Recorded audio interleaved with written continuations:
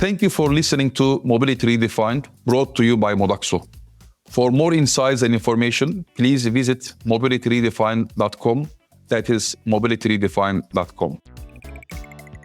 Hello and welcome to a very special one-year anniversary episode of Mobility Redefined. I'm Mike Cartmel, the producer of the podcast, and for once, I'm stepping out from behind the scenes to host today's episode. We're marking this milestone by doing something a little different. Over the past year, I've had the pleasure of working closely with someone who's not only incredibly knowledgeable about mobility and public transport, but who's also deeply passionate about helping cities and people move better. Dr. Kaan Yildizgoz has spent more than 2 decades working across the world to advance sustainable mobility. He's held senior roles at the International Association of Public Transport, led global training and development programs, and worked with transport authorities and operators on almost every continent. He's also a respected author and speaker, having shared his experience in more than 70 countries. Kaan is, of course, also the regular host of the Mobility Redefined podcast. In this special edition, we'll look back on what we've learned in our first year of Mobility Redefined, discuss what's changing in the mobility landscape, and hear Kaan's perspective on what's next. Kaan, welcome to Mobility Redefined. It's great to have you here as our guest.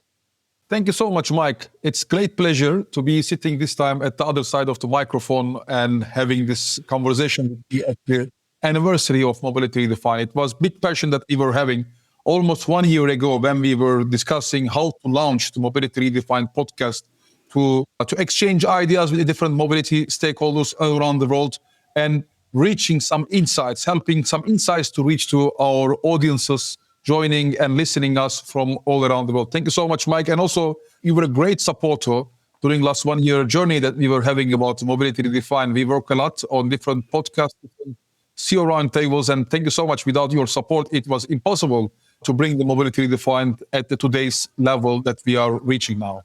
Oh, that's really kind of you to say so. Thank you. And it has been quite a journey since we launched Mobility Redefined. How would you describe the first year? Can you summarize what it's been about?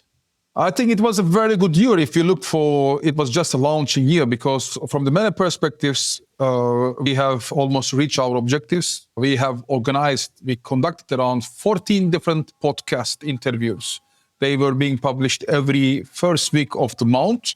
We hosted multiple stakeholders from different countries, from Asia, even to Latin America, from Europe to Africa to the Middle East. So different authorities, operators, ministries, they were joining and sharing their perspectives and the challenges that they are facing and the trends that they are seeing in the mobility landscape today. So this was very good. And also beyond the podcast editions that we were recording to broadcast every month, we organized different CEO roundtables. The CEO roundtables were taking place live at the major industry events. We have organized 2 CEO roundtables at InnoTrans just before the official launch of Mobility Redefined. We have organized 1 CEO roundtable in Singapore during SITCE Singapore at the end of 2024. And this year, just before summer in June, we were at the UITP Global Public Transport Summit in Hamburg, and we hosted 2 great CEO roundtables where we attracted different stakeholders to talk about the different priorities that we are facing now in mobility. Beyond the CEO roundtables and the podcast editions, it was very good that we brought some video interviews.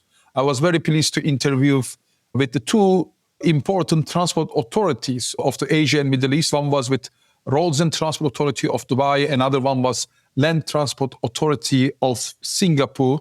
And also we had some other engagement with the sector because after seeing that Mobility Redefined is becoming a player in the world, we started to receive different invitations from different media outlets all around the world. We were asked to share our opinion, especially there was a lot of requests coming about the free fare mobility that we were giving our insights and learnings to support the media organizations on these areas. And maybe last but not least, maybe just last 2 months, we also launched a new, let's say, initiative or product, let's call it like this, or service of Mobility Redefined. These were innovation days. They were being focusing on specific topic to help to the cities to develop the capacity of the public transport mobility professionals. One was in Davao in Philippines that we organized mainly focusing on the bus. The other one was in Abidjan, in Ivory Coast, mainly to helping them in terms of the transformation of the urban mobility landscape from the perspective of the transport authority. So from this perspective, it was great. We were exchanging a lot with the different stakeholders. And maybe what I can tell is that we were reaching almost like 1,000 listeners every month for each of our podcast edition. That was also very, very nice to mention here as part of the first year objectives of Mobility Redefined. Well, when you list everything like that, we've been very busy, haven't we? We've certainly done a lot, and it's been excellent. And you've spoken with mobility leaders from every corner of the world. From those conversations, what common trends do you see shaping the future of transport? And where are the biggest differences in how cities are responding to change? I think that's a very interesting subject, Mike. I mean, there are some common trends all around the world that we can be talking, some common challenges, some common trends, but also there are some priorities that each region is facing. And if I talk about some common points, what I could be telling is that certainly decarbonisation is now a mainstream.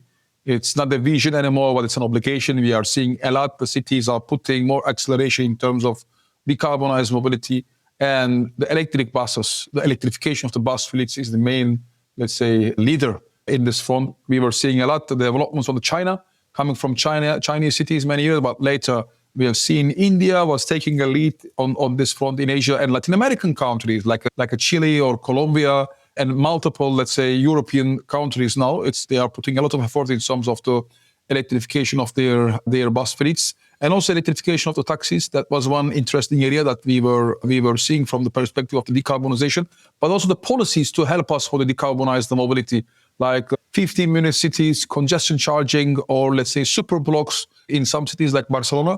These are all the things that are around the decarbonization. And of course, we see a lot of challenges and some trends and some focus on the workforce transformation.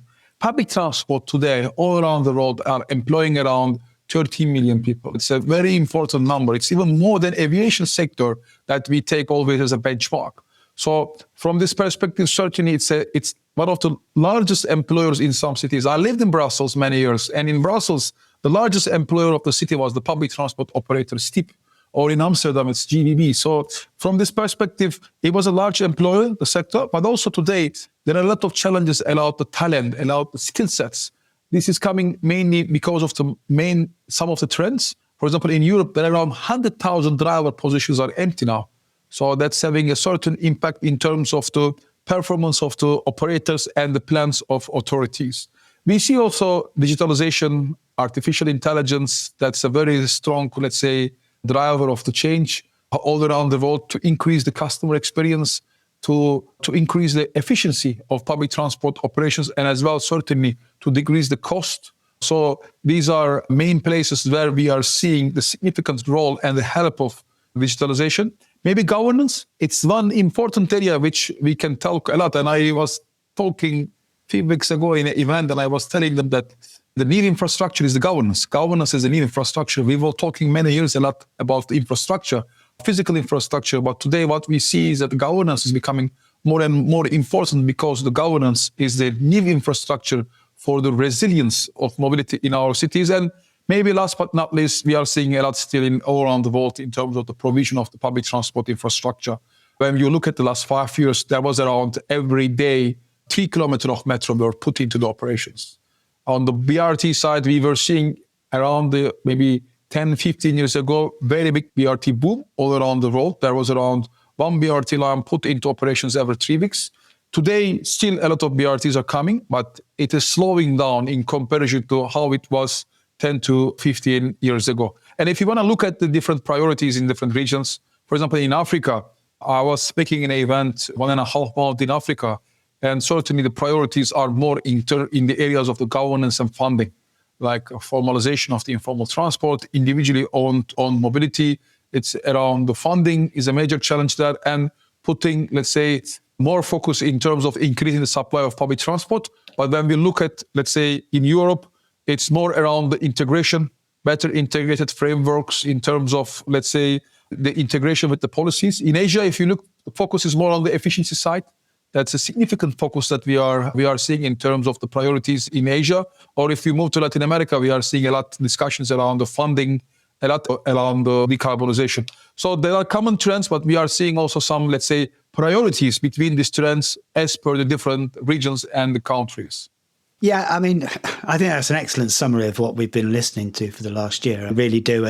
And we've also been hearing a lot of opportunities, haven't we? We've talked about electrification, but it wasn't just electric that people were looking at. We were hearing about the challenges and the opportunities that many of the operators and authorities were having around there. And other opportunities, of course, with the workforce was women in the workforce. We were hearing about that. And of course, artificial intelligence came up quite a bit as well. So that's what's happening now. What does the future look like? If we look ahead, say, 5 years to 2030, what do you think will most redefine mobility? Will it be new technologies, new policies, mindset shift? What would it be about how we move and live, and what would be different? I think certainly, I mean, there are things that are in the more priority of the leading agencies. What I look is when some people are asking me how I am seeing the future of mobility, of course, I don't have a crystal ball in front of me to look for the future. But what I look at, that I am trying to look at what the cities are planning for the future. I read a lot the master plans or strategic plans of the cities. I'm trying to see what they plan for 10 years later. That's my way to do the prediction for the future of mobility. And when I look at this, I am seeing certainly like a technology today is one of the very important, let's say, one of the very important factor to shaping us how mobility is being organized. But for the future, it's not only the technology, but also there are other elements. The elements that the cities are now putting more and more focus, which was not like this in the past, are around the human experience. It's very important that we can be putting focus. Sustainability, integrating the sustainability more. Today we are facing certain decarbonization, but making it not just like a trend, but as a structure point. Inclusion, inclusiveness, and as well resilience. So these are the areas what I am thinking that the mobility will continue evolving in addition to the current trends of today. And it's a good analogy. We were organizing at UITP Summit session where there were different discussions around the Mobility 5.0. We were contributing to the session, and it was a very interesting discussion there to see how the mobility sector was evolving from the beginning. And Mobility 4.0 was the era that we are living in today, and Mobility 5.0 was used to describe the way that we will have the mobility sector, let's say 10 to 15 years from now on.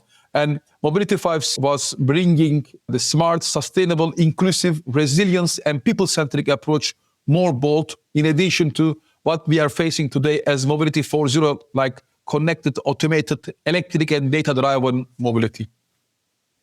It's not just digital, is it? But it's cultural as well. It's certainly, Mike, it's certainly cultural. It's about, maybe in Japan, they put a concept some years ago called Society 5.0.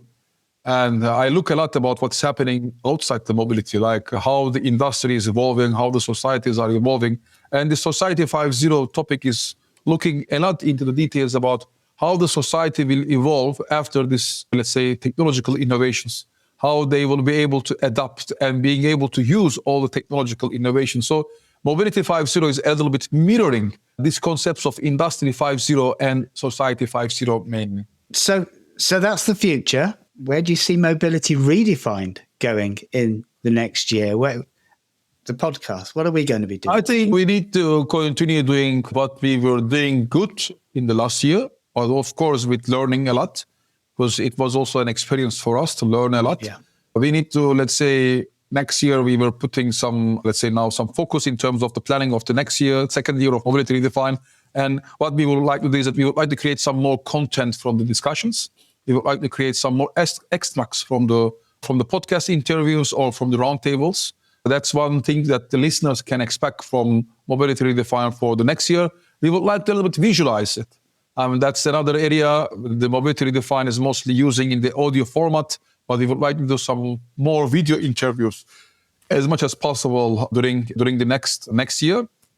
And I can also give some teaser about the next guests of our Mobility Redefined podcast. I will have pleasure to host some incredible high-level CEOs for the next editions. For example, the CEO of Nobina, it's one of the largest public transport operators from the Nordic countries. He will be with us on the next editions. We will host as well the CEO of the Transdev International, and we will be hosting as well from Singapore, the CEO of SMRT, the rail and bus operator of Singapore. So these will be some of the upcoming guests that our listeners will be able to get their insights and experiences in the next editions as well. But certainly we will put more focus in terms of creating some extra content from our interviews and also bringing some video interview formats to our listeners.